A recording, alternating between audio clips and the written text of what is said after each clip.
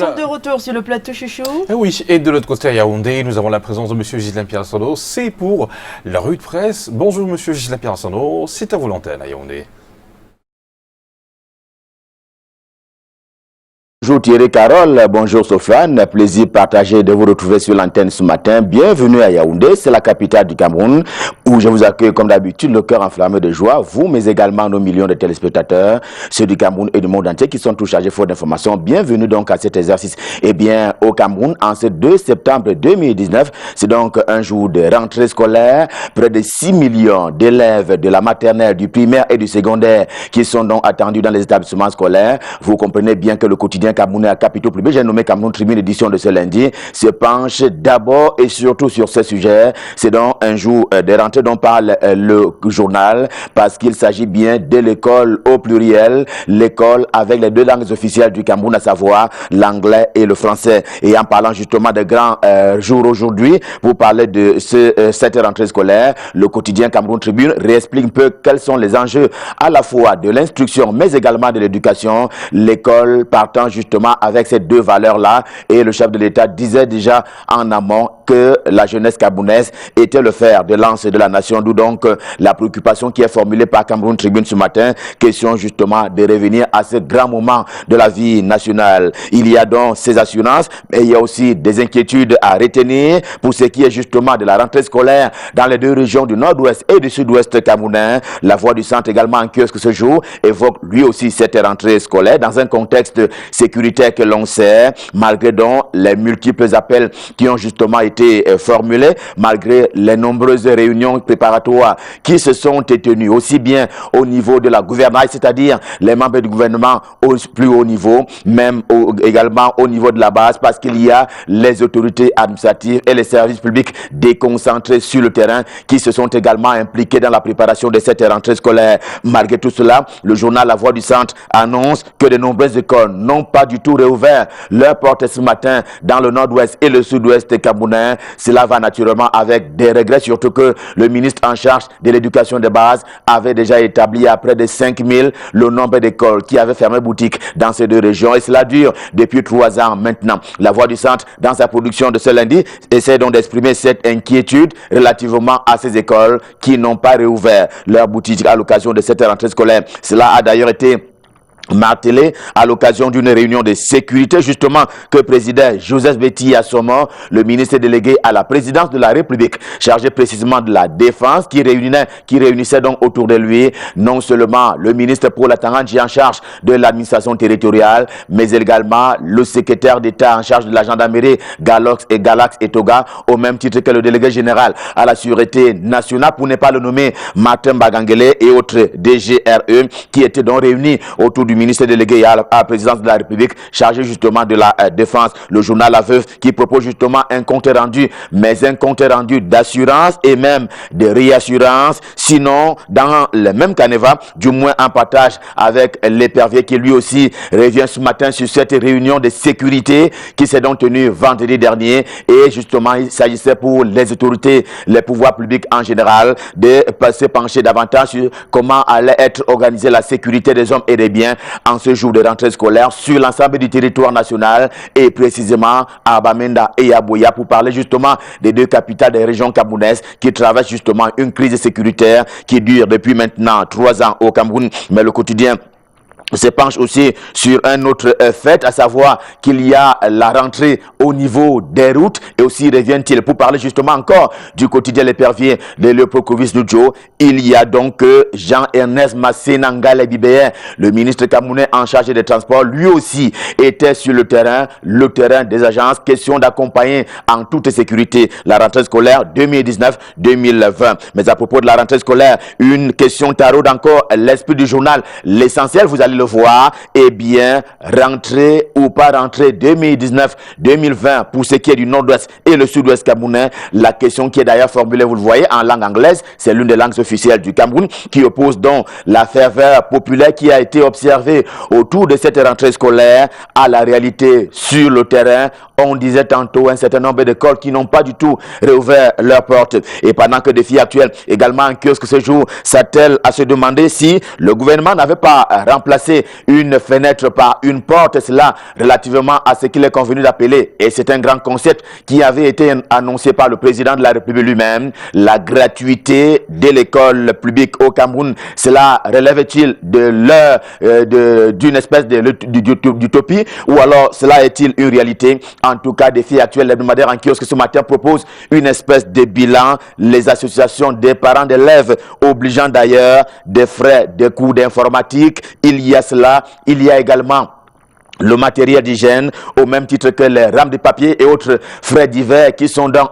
imposés et même opposés aux parents d'élèves à l'occasion de l'inscription de leurs enfants, notamment dans les écoles publiques, privées également au Cameroun pour ce qui est de l'enseignement maternel et même primaire. Mais à la fin, c'est donc une illusion qui est nourrie dans le circuit de ce qu'il était convenu d'appeler la gratuité de l'école, l'illusion donc, dit-il, de la gratuité de l'école publique de Paul Biya, conclut justement le journal en kiosque ce matin, même si pour sa part le quotidien tout aussi en kiosque ce lundi matin évoque ce qu'il appelle une synergie d'action gouvernementale qui fait que les membres du gouvernement travaillent en synergie, et cela a d'ailleurs été observé à l'occasion des préparatifs de cette rentrée scolaire entre eux d'une part et d'autre part entre eux et leurs collaborateurs pour ce qui est justement des structures sous tutelle des ministères. Il en est ainsi du ministère camerounais en charge de la santé publique qui intéresse justement le journal ce matin. Et c'est là-bas qu'il faut aller chercher la symphonie, dit le journal Le Quotidien dans sa livraison de ce lundi à propos de cette collaboration franche entre les structures sous tutelle du ministère de la Santé publique et les autorités du ministère. Justement, le journal indépendant de ce matin fait une offre, à savoir une espèce de sécurisation optimale qui a donc été proposée par le gouvernement de la République, cela sur le chemin de l'école, sur l'ensemble du territoire national et précisément, et cela avec insistance dans le nord-ouest et le sud-ouest camerounais. C'est d'ailleurs ce qui ressort justement de cette réunion qui a été tenue vendredi dernier, rapporte encore le quotidien dans sa livraison de ce jour. Mais cela s'opère bien entendu dans un contexte qui ne s'ignore pas, c'est-à-dire aux yeux de l'hebdomadaire Intégration de Thierry Ndong. On a également en kiosque ce lundi, eh bien, le journal qui parle de la rentrée des batailles, une rentrée des batailles rangées entre le gouvernement de la République qui tient justement à l'école avant un éventuel dialogue et entre eux et à l'opposé, il y a naturellement les membres de ces mouvements sécessionnistes qui agissent dans le nord-ouest et le sud-ouest camerounais et qui s'avèrent hélas extrémistes. Eh bien, le quotidien Mutation de Georges Alain Boyumo est également en kiosque ce lundi matin. Il ne fait pas seulement un dessin, vous le voyez en grande une ce matin, car parmi les visages qui portent, parlant justement de cette initiative Back to School, et qui était chargé de véhiculer le message pour l'école en faveur justement du retour à l'école, il y a un qui est intrus selon le quotidien Mutation, qui en détecte justement le cas ce matin. Eh bien, c'est la raison pour laquelle ce journal propose d'ailleurs un dossier irrélatif qui s'étend sur 4 pages à partir de la 3e jusqu'à la 7e page du quotidien Mutation, édition de ce lundi. Et puis, en fond noir, vous le voyez, en deuxième une du quotidien Mutation, édition de ce lundi, eh bien, le quotidien qui semble donc révéler une grève annoncée de la part des avocats au barreau du Cameroun. Elle est partie pour se tenir, pour commencer donc le 15 septembre prochain, si rien n'est fait, selon les informations qui sont fournies par le quotidien Mutation, édition de ce jour. Le quotidien bleu, c'est-à-dire le journal d'Abalmana, c'est le jour du jour, eh bien, il explique davantage ce pourquoi les avocats au barreau du Cameroun en vont observer une grève dès le 15 septembre prochain. Eh bien, ils sont en colère et la colère est précisément montée d'un cran dans les rangs donc, des hommes en noir du fait qu'ils n'accèdent que très peu justement à leurs clients pour ce qui est des cellules au niveau des commissariats et même des cellules des gendarmeries. Cela est valable pour ces deux cas-là. Ça l'est également pour ce qui est justement de l'accès de leurs clients auprès des magistrats pour parler de ceux qui sont en détention préventive dans les prisons camerounaises. Mais qu'est-ce qui n'a donc pas marché? En tout cas, des questions qui sont formulées par le journal et qui trouvent réponse en cette colère qui est donc montée d'un cran dans les rangs des avocats au barreau du Cameroun. Mais qui a-t-il donc dit que le torchon brûlait entre les avocats au barreau du Cameroun et justement le garde des Sceaux, pour parler du ministre Esso, Laurent Esso, qui est donc en charge de la justice et garde des Sceaux, qui a donc dit que le torchon brûlait entre ces deux partis, repère le journal de Feu Richard Tounambe. Également en kiosque ce lundi matin, se pose cette question pour justement finalement restituer ce qu'il appelle la belle symphonie, la belle cohabitation entre les avocats au barreau du Cameroun et le ministère en charge de la justice. Il n'y a donc rien, dit-il, il n'y a donc pas de feu entre les deux parties. Obligé de revenir ce matin sur la première actualité au Cameroun en ce jour de rentrée scolaire, c'est bien entendu le retour à l'école des enfants de la maternelle, du primaire et du secondaire. L'hebdomadaire Singan, dans sa livraison de ce jour, qui fait noter pour s'en convaincre que, eh bien, la réunion de vendredi dernier, on l'a déjà dit, c'était donc une réunion qui mettait ensemble un certain nombre de membres du gouvernement, au milieu de qui il y avait le ministre Joseph Betty Assomo en charge justement de la défense. Eh bien, c'était une réunion qui s'est tenue autour de ces membres du gouvernement, mais en fait, rappelle encore Singan, édition de ce jour, eh bien, il s'est agi d'un conseil de guerre qui a justement été initié, si vous voulez, instruit par le président de la République, Paul Biya lui-même, avec ou sans billets de banque en main ce matin. Eh bien, on va dire un mot pour ce qui est de l'économie, avec justement Eco Matin qui traite traditionnellement et au quotidien des questions économiques et financières. Un mot selon lequel les conditions de paiement, précisément au niveau des banques camerounaises, ont été rendues plus dures encore par la COBAC, justement la Commission bancaire de l'Afrique centrale, qui a statué très récemment encore et qui a ainsi abouti à la conclusion selon laquelle il faut durcir les conditions de paiement au niveau des banques camerounaises. Et au même moment, le quotidien L'économie, qui est également en kiosque ce lundi matin, traite des bonnes nouvelles qui ont donc été prises et arrêtées ainsi en faveur des enseignants camerounais, enseignants du secondaire, plus précisément ceux du secteur justement dit technique, qui s'en vont encore bénéficier d'un certain nombre d'avantages à l'occasion de la rentrée scolaire 2019-2020, ainsi que l'annonce justement le journal dans sa livraison de ce jour. Loin de ceux-là et qui jusque-là habitaient d'ailleurs dans les maisons SIC en payant à vil prix. Cela ne sera plus désormais le cas. Rien ne sera plus comme avant avec l'arrivée justement à la tête de la SIC d'un nouveau directeur général. Eh bien, voici l'annonce qui est faite par le Financier d'Afrique. Eh bien, le loyer va désormais coûter plus cher dans les logements SIC, Société immobilière du Cameroun, à Yaoundé-Douala et sur l'ensemble du territoire national. L'annonce est donc faite par le Financier d'Afrique en vertu justement des pouvoirs qui sont conférés au tout nouveau directeur général de la Société immobilière du Cameroun, qui entend ainsi réaliser des bénéfices au profit de l'État du Cameroun. Il faut bien le mentionner, l'État camerounais doit aller chercher l'argent là où il se trouve pour les besoins de la cause. C'est ainsi un cacique qui annonce les couleurs, lui qui vient donc d'arriver à la tête de la SIC. Mais il n'est pas seul dans ce cas, puisque le journal justement L'Avenir des FRN locaux également en kiosque ce lundi matin a tenu à recenser les plus grands de la galaxie BIA qui travaillent au sens amélioratif. Il les appelle les caciques. Question justement de mériter à la fois leur portefeuille, mais également la confiance placée en eux par le président de la République. C'est le cas justement de Joseph Lé, si j'en crois à ce que rapporte le journal Réalité de Pongouaré, qui dit également en kiosque ce lundi matin, qui s'apaisantit sur le cas du ministre camerounais en charge de la fonction publique et de la réforme administrative. Il a donc détecté ses ennemis, les ennemis du ministre de la fonction publique et de la réforme administrative, qui se montre d'ailleurs très actif à la fois au niveau de son village là-bas dans la région du Soleil Levant, mais également au niveau du travail gouvernemental. Et hélas, dit le journal en termes de conclusion, c'est tout cela qui fait donc sortir les souris de leur cachette. Question de se montrer comme étant des ennemis de Joseph Lé. Le soir de ce lundi, le journal d'Ama Mbianda s'intéresse pour sa part au cas du professeur Dieudonné Oyono, et pour cause, il vient d'échapper à la mort. Et comment? Question à 0 francs. Le journal y répond en racontant un peu ce que l'ancien recteur de l'université de Douala a vécu au niveau justement de la cour du tribunal criminel spécial. Eh bien, là-bas, il a vu une balle s'élever vers le ciel et l'auteur en présence était un agent de l'escorte du Fils de l'homme. C'est matin. C'est la raison pour laquelle il a donc échappé à la mort, si l'on s'en tient au rapport qui est proposé ce matin par le journal Le Soir. Destination à présent, Ngaoundéré. Ngaoundéré étant la région de la Damawa, on l'appelle affectueusement Château d'eau du Cameroun. C'est de là que partent tous les cours d'eau de la République du Cameroun. Et pour cause,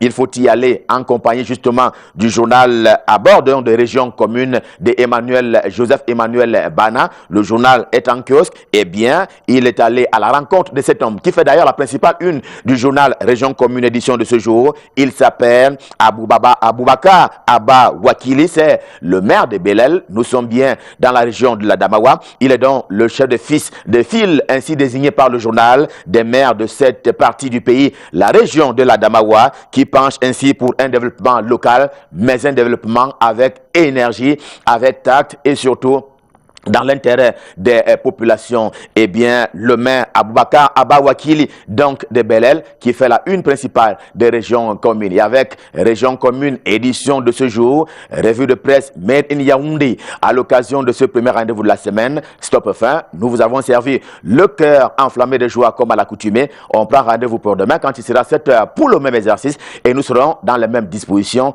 Question de vous servir. Pour le moment, rendons-nous du côté de Douala. Question de retrouver justement Thierry Carole et Souflane pour la suite et la fin de Canal Matin. C'est donc à vous du côté de Douala. Merci beaucoup, monsieur Ghislain Pierre-Arsenault, et surtout bien des choses à vous du côté de Yaoundé. On espère tout simplement que le temps est clément de ce côté-là, parce qu'à Douala, c'est de la pluie. Allez, nous allons continuer cette revue de presse ici à Douala, mon soleil, avec le Messager. Oui, le Messager. Alors, il faut présenter la une du Messager. Eh bien, voilà cette une qui s'intéresse évidemment à la politique au Cameroun avec le régime Biya qui s'offre une nouvelle grève des avocats. Titre donc le Messager ce matin. Les avocats annoncent une grève de 5 jours. On a la une, oui. Une grève de 5 jours. Ce sera du 16 au 20 septembre prochain. Motif de ce débrayage, non accès des avocats à leurs clients, violation des droits, on va le dire, de la défense, récurrence des violences physiques sur les avocats par les éléments de la force de maintien d'ordre. Et puis toujours à la une du Messager, vous avez un mot sur les droits de l'homme au Cameroun. Et Peter Henry Ballerin, qui est l'ambassadeur des États-Unis d'Amérique, on va le dire, ambassadeur des États-Unis d'Amérique en séjour à Douala. C'était du 29 au 30 août dernier. Il a échangé avec la presse à l'occasion de faire le tour d'horizon de la coopération économique, mais aussi de s'intéresser aux droits de l'homme. Pour le diplomate américain, eh bien, le Cameroun peut faire mieux en ce qui concerne les droits de l'homme. On va s'intéresser également aux satellites qui parle de la communauté urbaine de Douala. La succession du docteur Tonnet est ouverte selon le satellite. Oui. Alors, la une du satellite que vous pouvez avoir, et c'est là. Et donc, communauté urbaine, donc la succession du docteur Frise Tonnet qui est ouverte, un titre le satellite ce matin. Qui sont-ils? Que peuvent-ils? Une petite balade donc au cœur des profils des 8 favoris, nous propose le satellite ce matin. Le satellite qui revient aussi sur le fichier électoral de Douala Premier avec Maître Félix et Diangué Bébé et Dimo Komba qui mutualisent leurs efforts pour booster, on va dire, les inscriptions. Et toujours à la une du satellite, un mot pour la direction générale du Trésor avec Sylvester Mo Tangoho qui est dans le viseur des ennemis, des véritables serviteurs de l'État. Donc pour avoir nettoyé les écuries d'Odia, eh bien la tête du DG est mise à prix selon le satellite ce matin. Voilà ce qu'on pouvait dire sur les quotidiens que nous avons reçus ce matin. Ici même à Douala. 7 heures passées de 23 minutes. N'oubliez surtout pas que dans quelques instants, sur ce plateau, nous aurons la présence de M. Patrick Issa d'abord. Avec lui, bien entendu, on parlera de rentrée scolaire. Mais pour ce qui est de ma chanson du cœur, vous avez la possibilité d'aller sur la page Facebook de l'émission Canal Matin, de faire votre choix. Parce que c'est vous les patrons, votre choix, forcément, sera celui qui sera diffusé dans les coups de 8 et 30 minutes, le choix le plus publicité. Alors, il s'agit bien entendu de la chanson Uppercut de Pandestar. Et la deuxième proposition, c'est Concours de patience de Cotebasse. Quel est votre choix ce matin pour la chanson du cœur? Eh bien, faites un tour sur la page Facebook. Pour le moment, voici une courte page de pub. On se retrouve juste derrière pour le regard sur l'actu.